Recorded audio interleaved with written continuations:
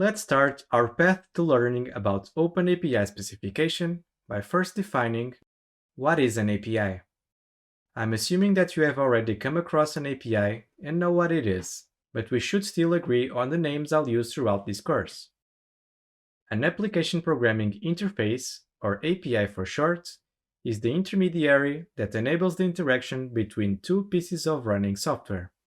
Remote APIs is what happens when the two pieces of software run in different machines and communicate over the network.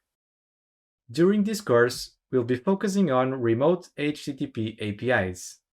What I mean is APIs that rely on the HTTP protocol for data communication. Throughout this course, to the party that provides the API, I'm going to call it the provider, the server, or the backend.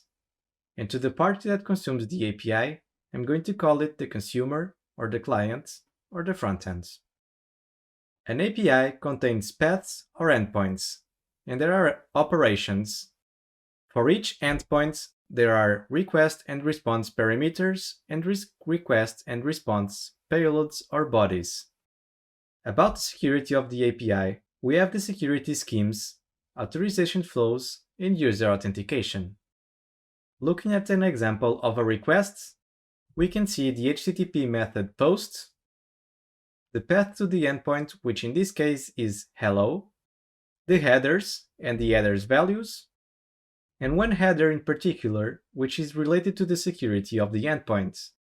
In this case, it's using the basic authorization schemes, where the credentials are encoded in base64. And finally, we have the payload or the body. In this case, it's a JSON. For the response, it is a similar format. We still have the headers and the payloads. But additionally, the response contains the HTTP status, which is the result of the operation. The advantage of having an API is that it establishes a contract between the client and the server. Like in any other contracts, both parties are free to do as they please on their ends, as long as it doesn't violate it.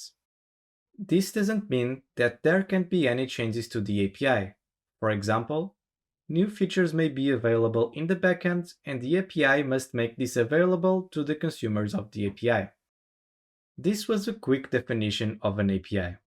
In the next video, we'll talk about how these APIs are usually shared to the clients and what are the problems that can arise.